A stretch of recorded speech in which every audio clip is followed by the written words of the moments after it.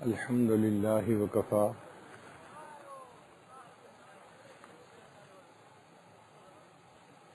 الحمد للہ وکفا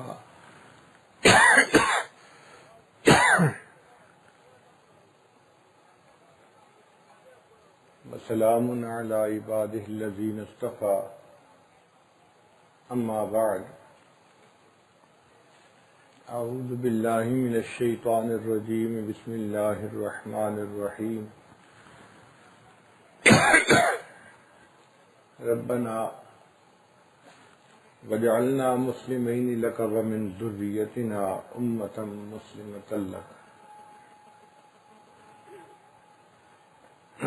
وقال رسول اللہ صلی اللہ علیہ وسلم المسلم من سلم المسلمون من لسانه ويده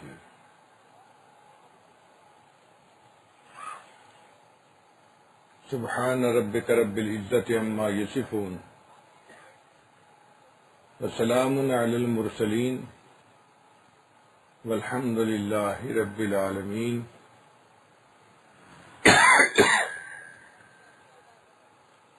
اللهم صل على سيدنا محمد وعلى آل سيدنا محمد وبارك وسلم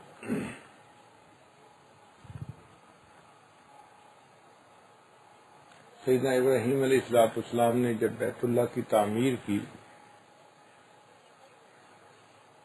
تو اس وقت اللہ تعالیٰ کی طرف سے حکم ہوا کہ میرے خلیل آپ نے گھر بنایا میرا، اب مجھ سے مانگیں جو مانگتے ہیں۔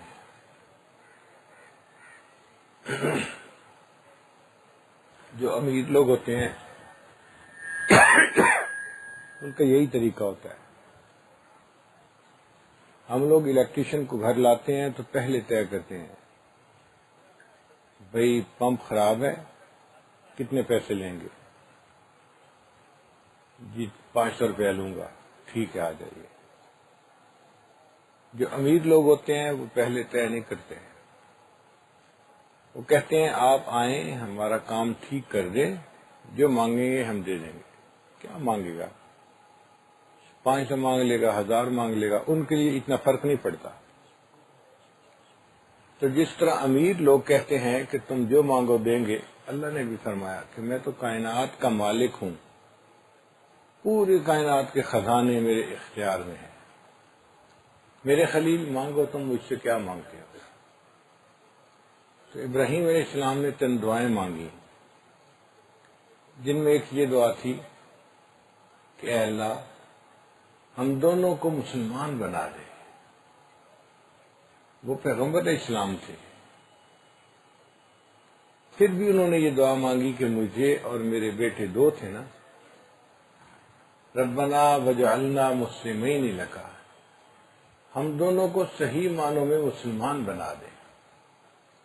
یہ اتنی عظیم دعا ہے کہ ابراہیم علیہ السلام نے اس کو مانگا جب ان کو قبولیت کا یقین تھا۔ ہم نے کبھی یہ دعا مانگی؟ اس لیے کہ ہمیں اس کی اہمیت کا اندازہ ہی نہیں ہے۔ اپنے آپ کو مسلمان کہنا آسان ہے، مسلمان بن کے رہنا یہ مشکل کام ہے۔ چمی گویم مسلمانم بلرزم کہ دانم مشکلات لا الہ رہا۔ جب میں اپنے آپ کو کہتا ہوں کہ میں مسلمان ہوں تو میں کانپ جاتا ہوں، اس لیے کہ میں لا الہ الا اللہ کے تقاضوں کو جانتا ہوں کہ مسلمان بن کے رہنا کوئی آسان کام نہیں ہے۔ نبی علیہ السلام نے ایک حدیث مبارکہ میں مسلمان کی ڈیفینیشن کی، مسلمان کے بارے میں بتایا کہ مسلمان کون ہوتا ہے۔ فرمایا المسلم من سلم المسلمون من لسانہ ویدہ، مسلمان وہ ہوتا ہے کہ جس کی زبان سے اور جس کے ہاتھوں سے دوسرے مسلمان سلامتی میں ہو، دوسروں کی جان محفوظ، مال محفوظ، عزت آبرو محفوظ، کوئی فکر نہ ہو ان کو، یہ مسلمان ہیں اب مجھے کوئی فکر نہیں ہے۔ مسلمان وہ ہوتا ہے۔ اس لیے جب ایک مسلمان دوسرے مسلمان کو کہتے ہیں نا السلام علیکم، تو اس میں یہی میسج دیتے ہیں تمہارے اوپر سلامتی ہو، تم فکر مت کرو، تمہاری جان، تمہارا مال، تمہاری عزت میرے سے محفوظ ہے، مجھ سے فکر کرنے کی بات نہیں ہے۔ اور جس بندے سے دوسرے کی جان، مال، عزت محفوظ نہ ہو، شریعت کے مطابق وہ مسلمان ہی نہیں ہوتا۔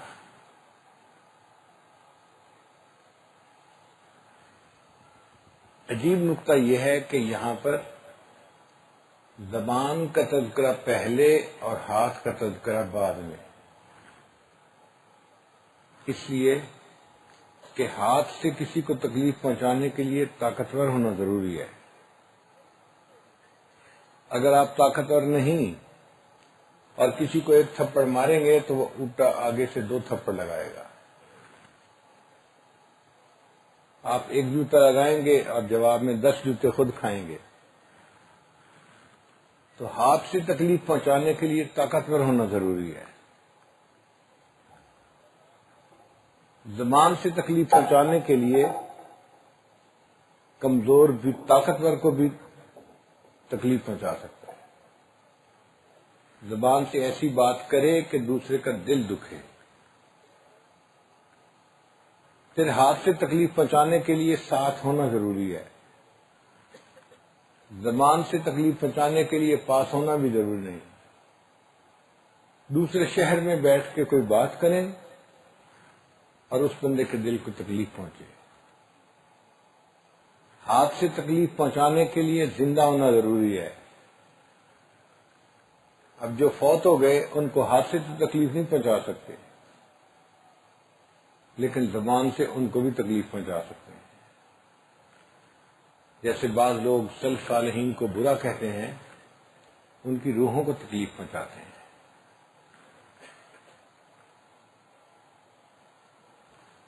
پھر ایک بات اور بھی ہے، ہاتھ سے جو انسان زخم لگاتا ہے وہ زخم ہرا ہو جاتا ہے، جو زبان سے زخم لگاتا ہے وہ کبھی ہرا بھی نہیں ہوتا، وہ کبھی مندمل بھی نہیں ہوتا، زیادہ دل دکھتا ہے۔ شریعت نے قانون بنا دیا تکف شرک عن الناس، تم انسانوں کو اپنے شر سے بچاؤ۔ ہر انسان کے اندر شر ہوتا ہے، جو مخلوق سراپا خیر وہ فرشتے، جو سراپا شر وہ شیطان، جو خیر اور شر کا مجموعہ وہ حضرت انسان۔ ہر انسان میں خیر بھی ہے، شر بھی ہے۔ جس نے اپنے اوپر خیر کو غالب کر لیا وہ اچھا انسان، اور جس کے اوپر شر غالب آ گیا وہ برا انسان۔ تو شریعت کہتی ہے کہ تم اپنے شر سے لوگوں کو بچاؤ۔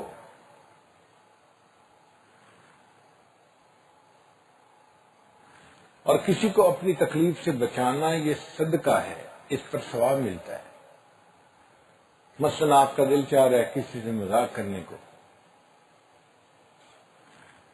دل میں ٹیمپٹیشن ہو رہی ہے اس کو مذاق کرے، آپ اپنے آپ کو سنبھالتے ہیں، روک لیتے ہیں۔ شریعت کہتی ہے کہ یہ جو آپ نے اپنے جذبے کو روکا، اس پر اس بندے کو صدقہ کرنے کا ثواب دیا جائے گا۔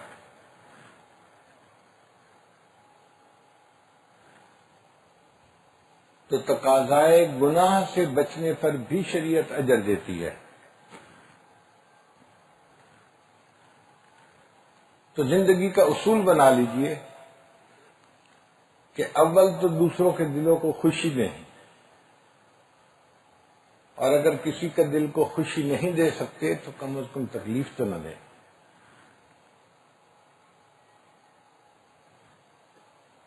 اول تو آپ دوسرے کی تعریف کریں، اگر تعریف نہیں کر سکتے تو دوسرے کی غیبت تو نہ کریں۔ اول تو اپنے مسلمان بھائی سے دوستی کریں، اگر دوستی نہیں کر سکتے تو دشمنی تو نہ کریں۔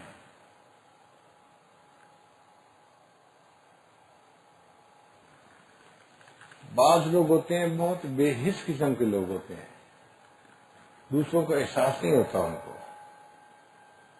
اللہ تعالیٰ کی نظر میں ایسے لوگ سب سے زیادہ برے ہوتے ہیں جو بے حس ہوتے ہیں.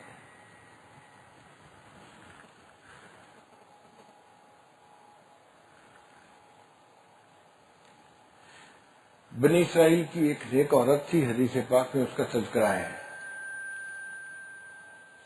صائمۃ الدہر تھی اور قائمۃ اللیل تھی، ساری رات تہجد پڑھتی، سارا دن روزہ رکھتی، نیک بیوی تھی. اس زمانے میں ریفریجریٹر نہیں ہوتے تھے، تو کوئی کھانا بچ جاتا تو اسے ہوادار جگہ پہ کھلا رکھا جاتا تھا. اس نے چند مرتبہ اپنا دودھ رکھا، رات کو بلی آئی اور دودھ پی گئی. اب اس عورت کو بڑا غصہ تھا، بلی نے میرا دودھ پی لیا. اس نے کہا اچھا میں اس کو پکڑوں گی نا تو اس کو خوب سزا دوں گی. ایک دن اس نے بلی کو پکڑ لیا، اس نے اس کو پنجرے میں بند کر دیا اور کہا کہ میں اس بلی کو نہ کھانا دوں گی نہ پانی دوں گی، اس کو بھوکا پیاسا رکھوں گی، سزا دوں گی اس نے میرا دودھ کیوں پیا. وہ بلی ایک دو دن کے بعد مر گئی. حدیث پاک میں ہے جیسے ہی بلی مری اللہ نے اس عورت کے جہنم میں جانے کا فیصلہ کر دیا.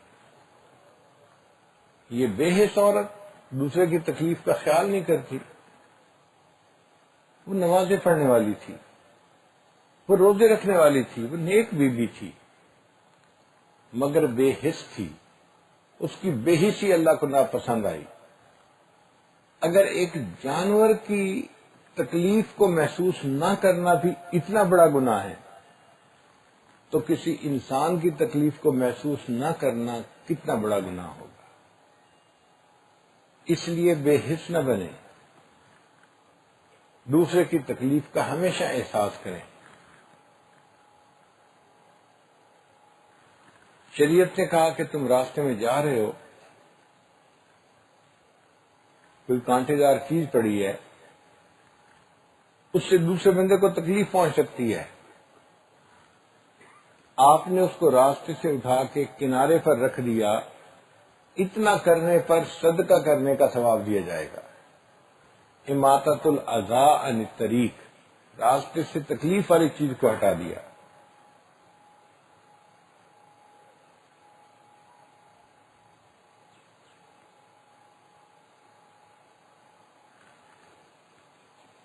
مسجد میں پہلی صف میں نماز پڑھنے کا اجر زیادہ ہے، لیکن جمعے کے دن رش ہوتا ہے.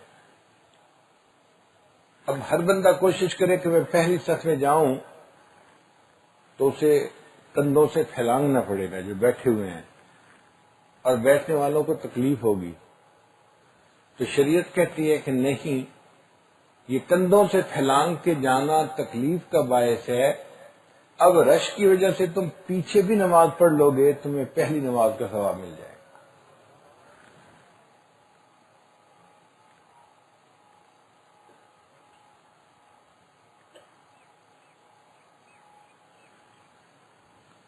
بعض لوگوں کو برس کی بیماری ہوتی ہے، چہرے پہ جسم پہ داغ آ جاتے ہیں، سفید داغ، کبھی ناک پہ، کبھی آنکھ پہ، کبھی رخسار پہ، کبھی ماتھے پہ. تو کئی مرتبہ وہ ایسے داغ ہوتے ہیں کہ دوسرا بندہ دیکھتا ہے نا تو طبیعت میں اندر کراہت سی پیدا ہوتی ہے، اچھا نہیں لگتا. شریعت نے کہا کہ مسلمان مرد 5 وقت کی نماز مسجد میں آ کر باجماعت ادا کرے، لیکن برس کا اگر کوئی مریض ہے وہ اپنے گھر میں نماز پڑھ لے گا، اللہ اس کو مسجد میں آ کر نماز پڑھنے کا ثواب عطا فرمائے گا، کیونکہ یہ دوسروں کو اپنی تکلیف سے بچا رہا ہے. اس لیے کوئی بندہ اگر کچا پیاز کھائے تو منہ سے اس کی مہک آتی ہے، بو آتی ہے.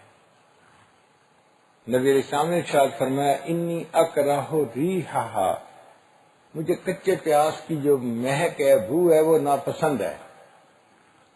یہ نہیں فرمایا کہ مجھے پیاز ناپسند ہے، حکمت دیکھیے بات کی، مجھے اس کی مہک اچھی نہیں لگتی۔ چنانچہ اگر کوئی بندہ پیاز کھائے تو مسواک کرے، اگر بو آ رہی ہے تو مسجد میں نہ جائے۔ کیوں؟ اس لیے کہ اس سے دوسرے مسلمانوں کو تکلیف پہنچے گی۔ آپ اندازہ لگائیں کہ ہماری شریعت کتنی خوبصورت ہے، ہمارا دین کس قدر پیارا ہے، دوسرے کو اتنی چھوٹی سی تکلیف بھی پہنچانے کی اجازت نہیں۔ بعض لوگ مکینک ہوتے ہیں، ان کے کپڑوں پہ پٹرول ڈیزل لگا ہوتا ہے، اس کی بو ہوتی ہے۔ وہ نماز پڑھنا چاہتے ہیں، شریعت کہتی ہے نہیں، تمہارے کام کے کپڑے الگ ہونے چاہیے، مسجد میں آنے کے کپڑے الگ ہونے چاہیے۔ خذوا زینتکم عند کل مسجد، تو مسجد میں آتے ہوئے زینت اختیار کرو، ان داغ والے پسینے والے کپڑوں میں تم مسجد میں مت آؤ، جس کے پاس بیٹھو گے اس کو تمہارے پسینے کی بو آئے گی، ڈیزل پٹرول کی بو محسوس ہوگی، تو یہ ٹھیک نہیں ہے۔ نماز کے لیے صاف ستھرے کپڑے پہن کے آؤ، خوشبو لگا کے آؤ، تاکہ دوسرے مسلمانوں کے لیے راحت کا سبب بنو، زحمت کا سبب نہ بنو۔ تو دین اسلام ہمیں اتنے چھوٹے چھوٹے باتوں کا بھی لحاظ رکھنے کا حکم دیتا ہے، اور جب بندہ دوسروں کا دل دکھائے اور اس کو تکلیف پہنچائے، آپ سوچئے وہ کتنے بڑے گناہ کا ارتکاب کرتا ہے۔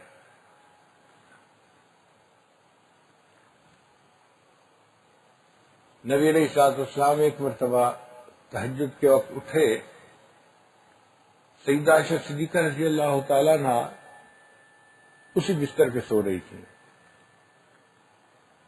فرماتی ہیں کہ میں نے دیکھا کہ جیسے کوئی چور ہوتا ہے نا، دبے پاؤں آہستہ آہستہ چلتا ہے، کھٹکا نہ ہو، پتہ نہ چلے کسی کو۔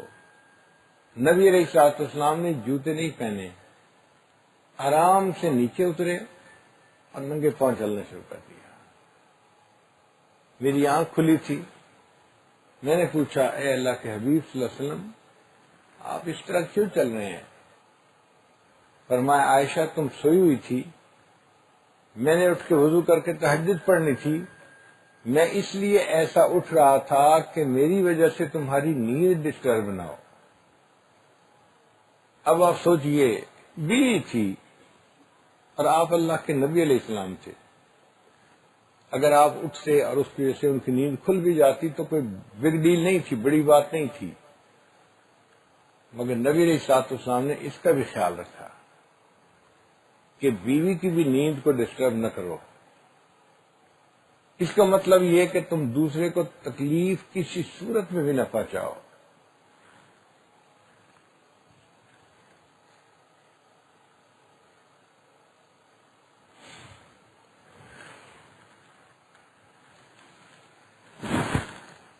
ہمارے اکابرین اس کا بہت خیال رکھا کرتے تھے، ہمارے قول سے اور ہمارے فعل سے کسی دوسرے انسان کو تکلیف نہ پہنچے۔ صرف مسلمان کی بات نہیں، مسلمان تو اونچی شان والا ہوتا ہے، کوئی کافر بھی ہو تو اس کو تکلیف نہیں پہنچنی چاہیے، اس لیے کہ وہ انسان تو ہے۔ حضرت مفتی محمد شفیع رحمۃ اللہ فرماتے ہیں،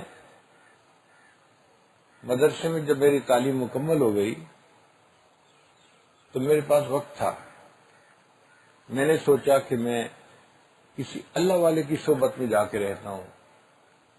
ایک بزرگ تھے میاں اسد حسین دیوبندی رحمۃ اللہ علیہ، میں ان کے پاس گیا کہ میں چند دن ساتھ رہوں گا اور حضرت سے دین سیکھوں گا۔ فرماتے ہیں ہم نے عشاء کی نماز پڑھی اور مسجد سے گھر جا رہے تھے، ایک جگہ پہنچ کر حضرت کھڑے ہو گئے اور اپنے جوتے اتار کے ہاتھ میں پکڑ لیے ننگے پاؤں چلنا شروع کر دیا. کوئی 100 قدم ننگے پاؤں چلے، پھر جوتا پہن لیا، گھر پہنچ گئے. میں نے پوچھا حضرت آپ نے راستے میں چلتے ہوئے جوتے کیوں اتارے؟ تو فرمایا کہ یہ مخلوط آبادی ہے، مسلمان بھی رہتے ہیں، ہندو بھی رہتے ہیں. ایک نوجوان عورت ہے ہندو، اور وہ جسم فروشی کا کام کرتی ہے.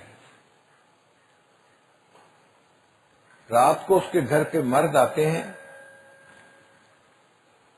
اور بدکاری کا ارتکاب کرتے ہیں. جب جوان تھی تو رش خوب ہوتا تھا، اب تھوڑی سی عمر اس کی زیادہ ہو گئی تو لوگ کم آتے ہیں. مگر مجھے یہ اطلاع ملی ہے کہ ابھی بھی وہ بن سنور کے انتظار میں بیٹھی ہوتی ہے کہ کوئی آئے گا. فرمان لگے کہ میں عشاء پڑھ کے اسی راستے سے گزرتا ہوں اور میں مرد ہوں. مرد کے جوتوں کی آواز عورت کے جوتوں کی آواز سے الگ ہوتی ہے.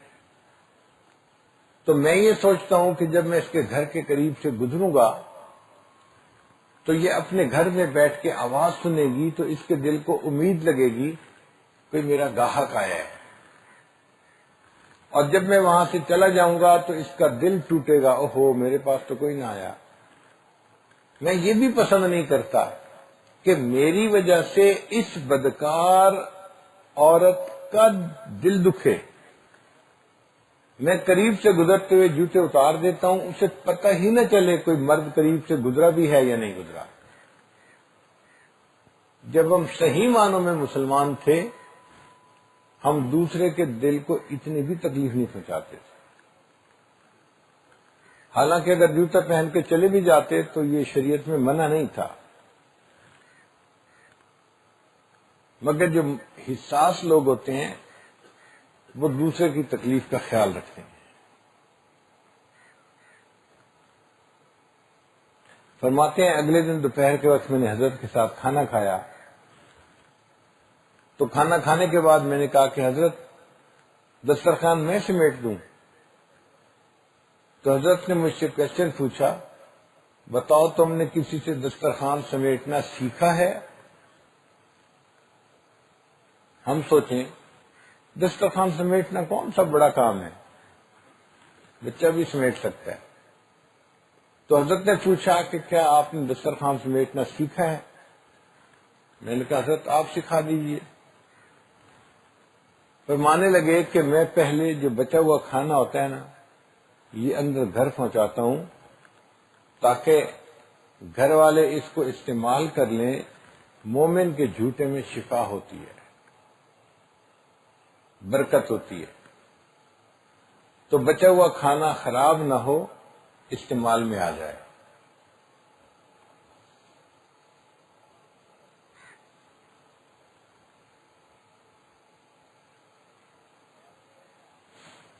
پھر اس کے بعد جو دسترخوان کے اوپر چھوٹے چھوٹے ذرے بچ جاتے ہیں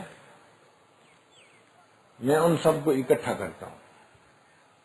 ایسے نہیں کہ دسترخوان اٹھا کے جھاڑ دیا، نہ، وہ چھوٹے چھوٹے ذروں کو اکٹھا کرتا ہوں اور پھر ان ذروں کو لے جا کے فلاں جگہ میں پھینکتا ہوں.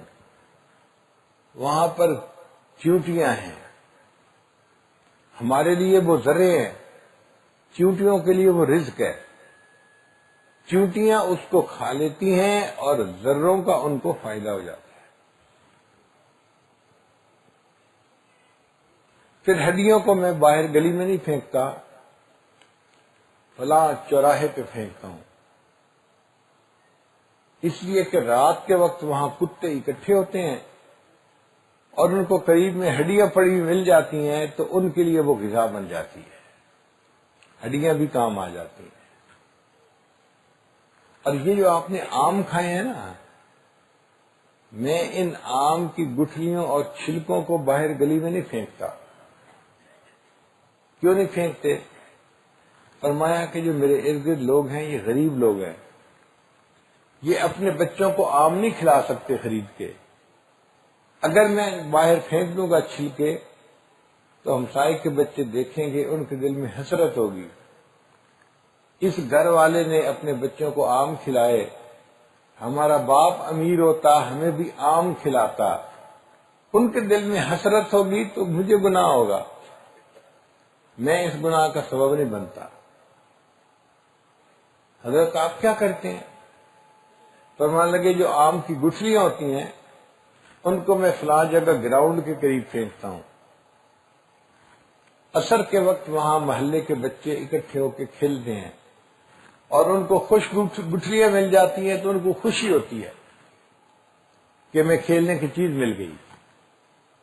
اور یہ جو چھلکے ہیں آم کے، میں ان کو ایک جگہ نہیں پھینکتا، ایک دو چھلکے ایک جگہ ڈالے، پھر 10-20 قدم چل کے ایک دو چھلکے پھر پھینک دیے، پورے محلے میں گھومتا ہوں اور ایک ایک دو دو چھلکے کر کے رکھتا رہتا ہوں، پورے محلے میں کسی کو پتہ بھی نہیں چلتا آم کسی نے کھائے بھی ہیں یا نہیں کھائے۔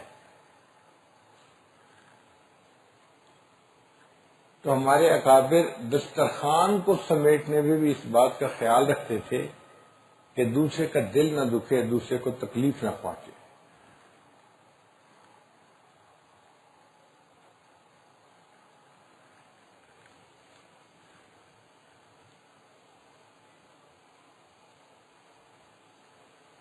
بچپن میں میری والدہ مجھے اس بات کا بہت زور دیتی تھی کہ بیٹا تم نے کسی کا دل نہیں دکھانا، کسی کا دل نہیں دکھانا۔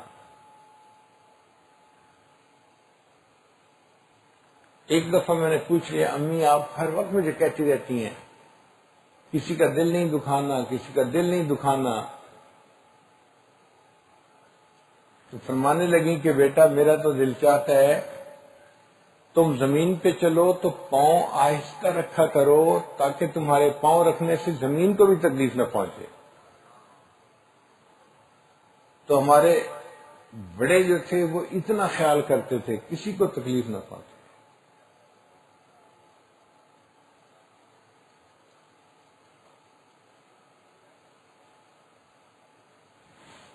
انسان تو انسان، جانور کو بھی تکلیف نہیں پہنچاتے تھے۔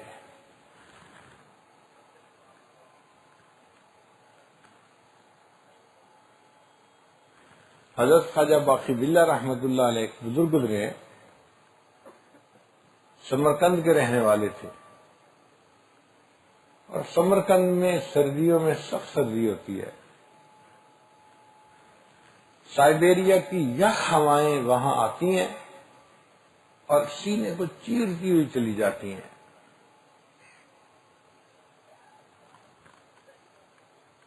آپ یوں سمجھیں کہ آپ کسی فریزر کے اندر کھڑے ہوئے ہیں، اتنی ٹھنڈ ہوتی ہے۔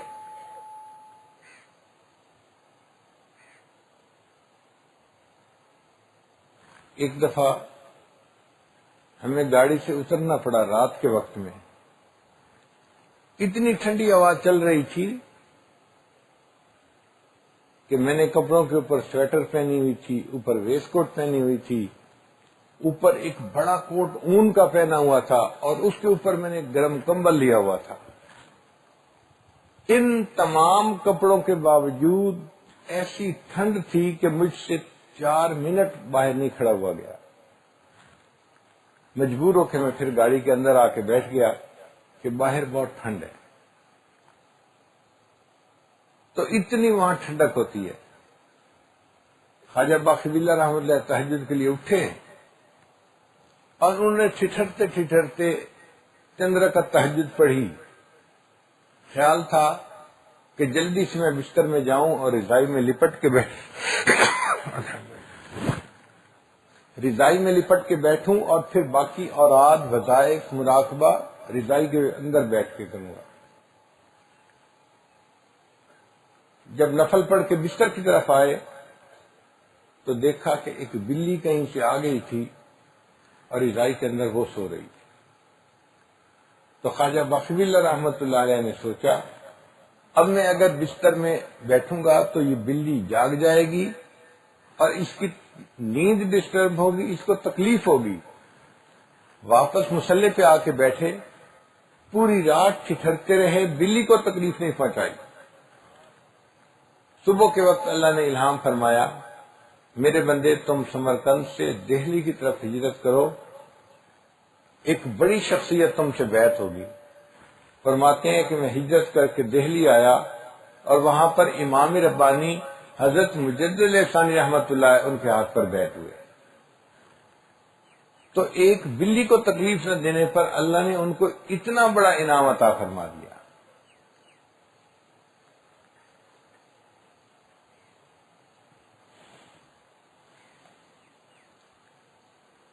ایک بزرگ اپنی بیوی کے لیے کپڑا لے کے آئے، جب بیوی کو لا کے دکھایا اسے کپڑا بہت پسند آیا۔ آپ اچھا کپڑا لے کے آئے ہیں، مجھے پسند آیا۔ کہنے لگے اچھا تھوڑی دیر صبر کرو، میں ابھی آتا ہوں۔ وہ اس کپڑے کو لے کے چلے گئے۔ اب بیوی حیران، کپڑا دکھایا، مجھے اتنا پسند آیا، کہاں لے کے چلے گئے؟ کچھ دیر کے بعد واپس آئے تو بیوی نے پوچھا کہ آپ کپڑا کہاں لے کے گئے تھے؟ مجھے تو بہت پسند تھا۔ کہنے لگے جب میں آپ کو کپڑا دکھا رہا تھا تو میں نے دیکھا کہ اس کپڑے کے اوپر ایک چیونٹی چل رہی تھی، اور اسی طرح کی چیونٹی میں نے کپڑے کی دکان کے قریب چلتے ہوئے دیکھی، تو مجھے خیال آیا یہ اس خاندان کی چیونٹی ہے، اب اگر یہ یہاں زمین پر چلی گئی تو یہ خاندان سے جدا ہو جائے گی، اس کو تکلیف ہوگی۔ میں کپڑے کو لے کر گیا، چیونٹی کو خاندان کی دوسری چیونٹیوں کے پاس چھوڑ کے پھر واپس آیا۔ جب ہم صحیح معنوں میں مسلمان تھے تو ایک چیونٹی کو بھی تکلیف نہیں پہنچاتے تھے۔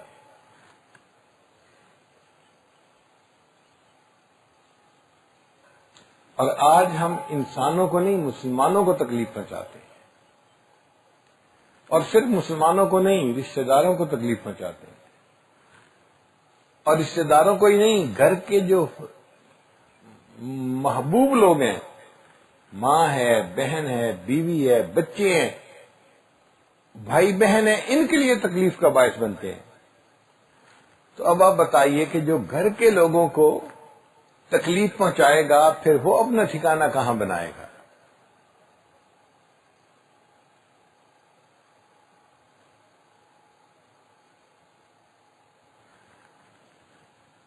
ساتھ رہتے ہوئے انسان دوسرے کا دل دکھا بیٹھتا ہے۔ اگر کبھی زندگی میں ایسا ہو جائے، اول تو ہونا نہیں چاہیے، اگر کبھی ہو جائے تو فوراً اس کا نوٹس لیا کریں، ان کی منت سماجت کر کے ان سے معافی مانگا کریں، یا کوئی ایسا کام کریں کہ جس سے ان کا دل خوش ہو جائے۔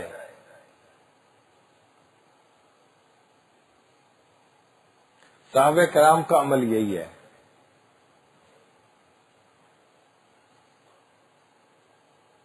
ایک صحابی تھے اسلم رضی اللہ تعالی عنہ، یہ عمر بن الخطاب عنہ کے غلام تھے، ان کے خادم تھے۔ وہ فرماتے ہیں کہ ایک دفعہ عمر عنہ نے مجھے کہا کہ اسلم، میں مدینہ طیبہ میں تو روز ہی راؤنڈ لگاتا ہوں رات کو، یہ دیکھنے کے لیے کہ لوگ کس حال میں ہیں۔ آج دل چاہ رہا ہے کہ مدینے کے شہر سے ذرا باہر کنارے پہ جو لوگ رہتے ہیں ان کو بھی دیکھیں کہ وہ کس حال میں ہیں۔ میں نے کہا حضرت میں حاضر ہوں۔ عمر لانو مجھے لے کے چلے۔ جب ہم مدینہ سے ذرا باہر نکلے تو ایک قافلہ وہاں رکا ہوا تھا، انہوں نے خیمے لگائے ہوئے تھے۔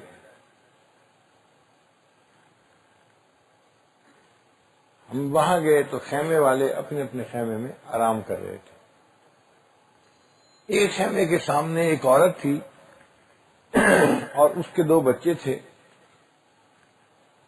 وہ آگ جلا کے بیٹھی تھی،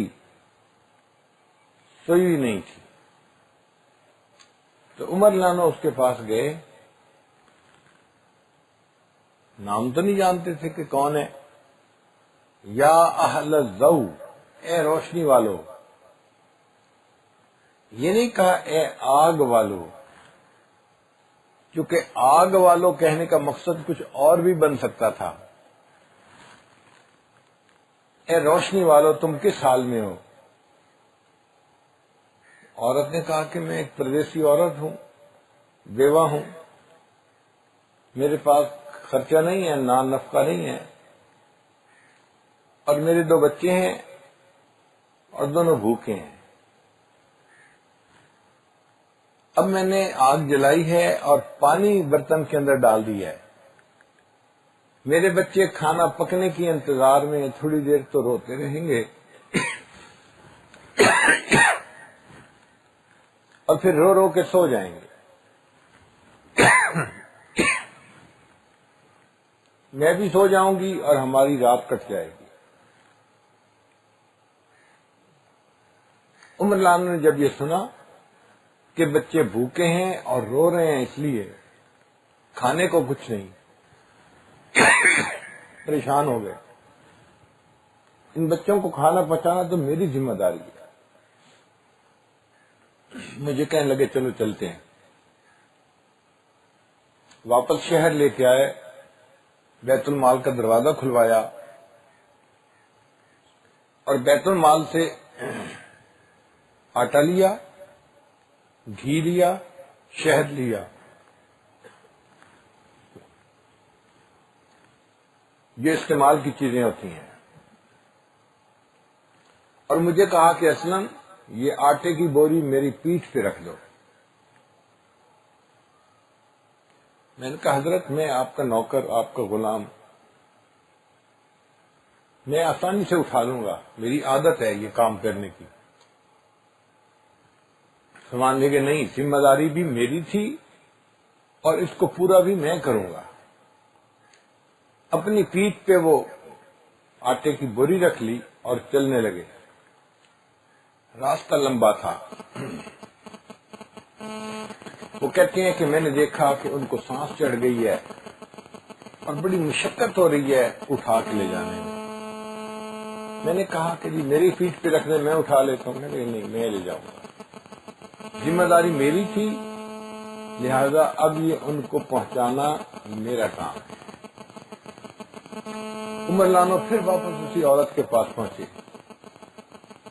اور اس کو جا کے کہا کہ لے اللہ کی بندی، یہ آٹے کی بوری بھی ہے، گھی بھی ہے، چینی بھی ہے، اب اس سے تم کچھ کھانا بناؤ اور ان بچوں کو کھلاؤ. اس نے کہا اچھا میں برتن دھوتی ہوں، تیاری کرتی ہوں. عمر لانا فرمان لگے اچھا تم برتن دھو کے تیاری کرو اور اتنی دیر میں چولہے میں آگ میں جلا دیتا ہوں. اب اللہ کی شان کی جو لکڑیاں تھیں نا وہ گیلی لکڑیاں تھیں، خشک نہیں تھیں. عمر لانا ان کو جلانے کے لیے پھونکے مارتے تھے اور دھواں اٹھ رہا تھا، اور دھوئیں کی وجہ سے عمر لانو کی آنکھوں میں سے پانی ٹپک رہا تھا. دھواں آنکھوں کو لگتا ہے نا تو آنکھوں میں پانی آ جاتا ہے. عمر لانو اس تکلیف کو برداشت کر رہے تھے اور پھونکے مارتے جا رہے تھے. کافی تکلیف اٹھانے کے بعد انہوں نے آگ کو جلا دیا. تو اس عورت نے دیگچی پر رکھی، گھی ڈالا، اس میں آٹا ڈالا، ہلایا. پھر جب وہ پکنے کے قریب ہو گیا تو اس کے اندر چینی یا شہد جو بھی تھا ڈال دیا تو وہ حلوہ سا بن گیا. اب جب اس کھانے کی مہک آنے لگی نا تو بچے رو رہے تھے، وہ چپ ہو گئے. اب ان کو تسلی ہو گئی کہ کچھ کھانا بننے کی مہک آ رہی ہے، کچھ بن کے ہمیں ملے گا. عورت نے کھانا بنا لیا. پھر عمر لانو نے کہا کہ اس کو ٹھنڈا کرو اور بچوں کو کھلاؤ. میرا خیال تھا کہ اب عمر لانو یہاں سے چل پڑیں گے. عمر لانو وہیں بیٹھے رہے. بچوں نے پیٹ بھر کے کھانا کھایا تو بچے تھے، انہوں نے آپس میں کھیلنا شروع کر دیا. اب وہ کھیل رہے ہیں، ہنس رہے ہیں ایک دوسرے کے ساتھ، پیٹ بھر گیا تھا نا. اور عمر لانو بیٹھے ان کو دیکھ رہے ہیں. اسلم اللہ عنہ کہتے ہیں کہ میں نے 2-3 دفعہ اشارہ کیا کہ چلیں، عمر نے کہا نہیں، صبر کرو، بیٹھو۔ کافی دیر جب ہم بچوں کو کھیلتا دیکھتے رہے تو پھر ہم اٹھ کے آئے۔ میں نے راستے میں پوچھا کہ حضرت بڑا وقت ہم نے یہاں لگا دیا، آپ اتنی دیر کیوں بیٹھے رہے؟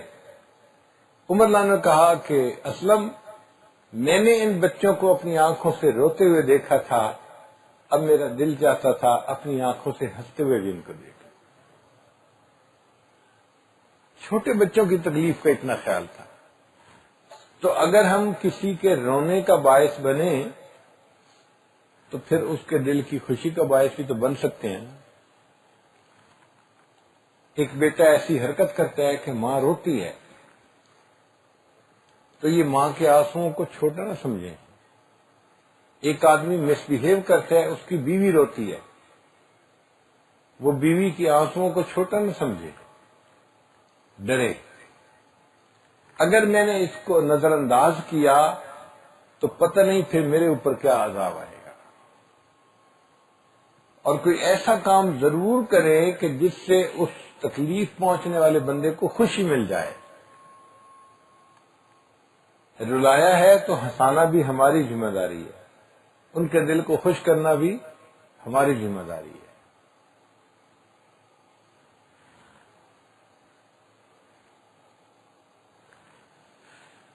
ایک بزرگ گزرے ہیں عبداللہ ابن مبارک رحمت اللہ علیہ، یہ امام اعظم ابو حنیفہ رحمۃ اللہ کے شاگرد تھے، اور اللہ نے ان کو بڑا مال و دولت دیا تھا، تو اپنے وقت کے امیر آدمی بھی تھے اور اپنے وقت کے بڑے عالم محدث بھی تھے۔ یہ اپنے گھر سے جب کوفہ جاتے امام صاحب کو ملنے کے لیے تو سفر لمبا تھا، راستے میں ایک شہر میں ان کو رات گزارنی پڑتی تھی، تو وہ ایک موٹل میں جاتے۔ موٹل کہتے ہیں کہ جہاں پہ بندے کو رات گزارنے کے لیے چارپائی بستر مل جائے، یہ وہاں پہ سرائے میں رکتے، رات گزارتے اور پھر آگے سفر مکمل کرتے۔ اب اس سرائے میں ایک نوجوان تھا، نیک تھا، اچھے کام کرتا تھا، اور عبداللہ ابن مبارک رحمۃ اللہ اس کو پسند کرتے تھے۔ ایک دفعہ عبداللہ ابن مبارک وہاں پہنچے تو وہ نوجوان نہیں تھا، پوچھا بھئی وہ کہاں ہے؟ لوگوں نے کہا جی اس نے کسی بندے کا قرض دینا تھا، وقت پہ پیسے نہیں دیے اور بندے نے پولیس کو رپورٹ کروا دی، پولیس نے اس بندے کو پکڑ کے جیل میں بند کر دیا، جب تک پیسے ادا نہیں ہوں گے وہ جیل سے باہر نہیں نکل سکتا۔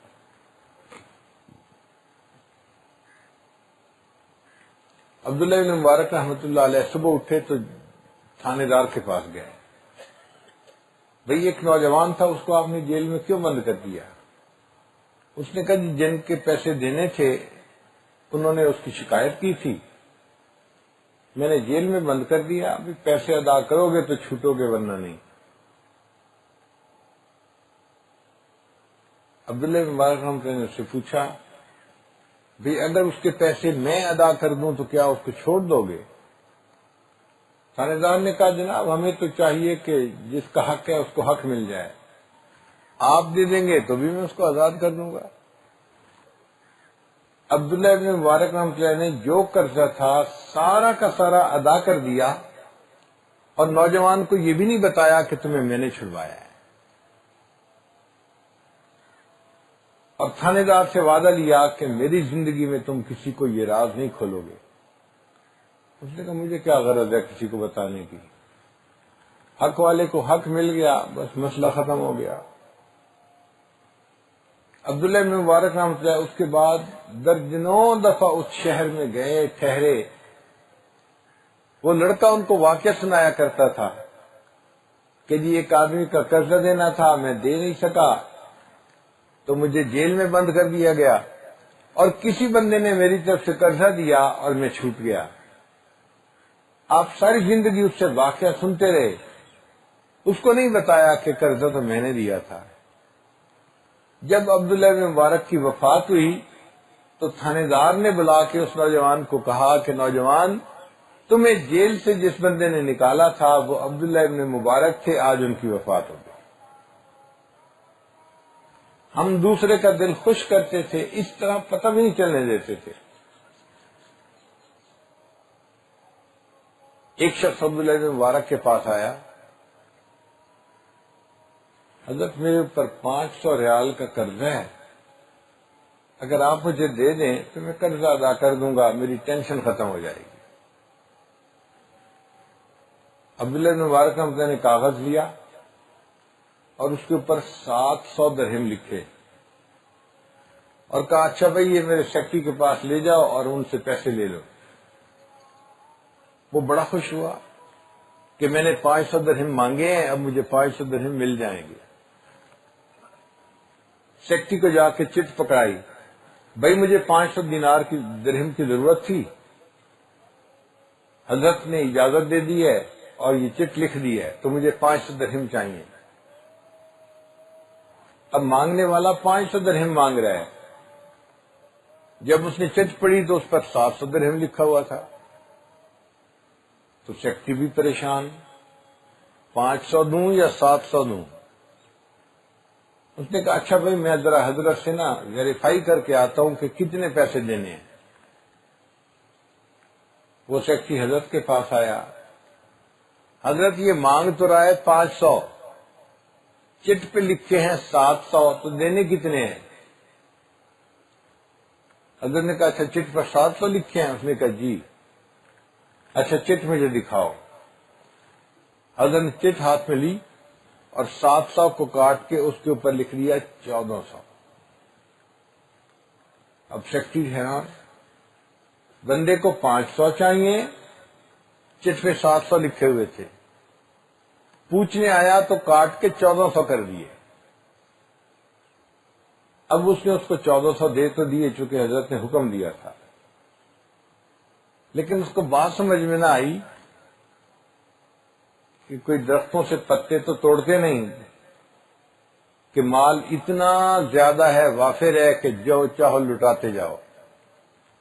تو وہ واپس حضرت کے پاس آیا، حضرت اس کو ضرورت 500 کی تھی تو آپ نے 700 لکھا، جب میں نے پوچھا تو 700 کو 1400 کر دیا، مسئلہ کیا ہے؟ حضرت نے کہا کہ دیکھو اس کو 500 کی ضرورت تھی، وہ 500 مانگنے آیا تھا، میں نے 700 اس لیے لکھے تھے کہ اس کو امید 500 کی ہے، جب 700 ملیں گے تو اس کو دل کو اچانک خوشی ملے گی، اور حدیث پاک میں ہے جو مسلمان بھائی کے دل کو اچانک خوشی پہنچاتا ہے اللہ اس کی زندگی کے پیچھے سب گناہوں کو معاف فرما دیتا۔ تو میں نے 700 لکھ دیے تھے مگر آپ نے میرا کام خراب کر دیا، آپ پوچھنے آ گئے اور اس کو پتہ چل گیا کہ میں نے 700 لکھے ہیں۔ اب اگر اس کو 700 مل بھی جاتے تو اس کو وہ خوشی نہ ہوتی، میں نے کاٹ کے 700 کو 1400 کر دیا۔ 700 کی امید ہے دل میں، 1400 ملیں گے، اس کے دل کو اچانک خوشی پہنچے گی اور اس خوشی کے بدلے اللہ میرے گناہوں کو معاف فرما دے گا۔ کیا ہمارے دل میں کبھی یہ بات آئی؟ ہم اپنے ماں باپ کے دل کو خوش کریں، بہن بھائی کے دل کو خوش کریں، بیوی بچوں کے دل کو خوش کریں، ان کے دل خوش ہوں گے، اس کے بدلے اللہ ہمارے دلوں کو خوش فرما دیں گے۔ سوچتے ہی نہیں، ہم مسلمان کس کام کے ہیں؟ یہ تو کل پتہ چلے گا نا کہ ہم اللہ کی کتابوں میں مسلمان بھی ہیں کہ نہیں ہیں۔ کلمہ پڑھ لیا، کام سارے جانوروں والے، کسی پر ظلم کیا، کسی کا حق مارا، لوگوں کے دل دکھائے، اور ہمیں پرواہ بھی نہیں ہوتی کہ دوسروں کے اوپر بیت کیا رہی ہے۔ ایسا انسان جنت میں نہیں جائے گا، اس کو اللہ تعالیٰ جہنم میں دھکا دیں گے۔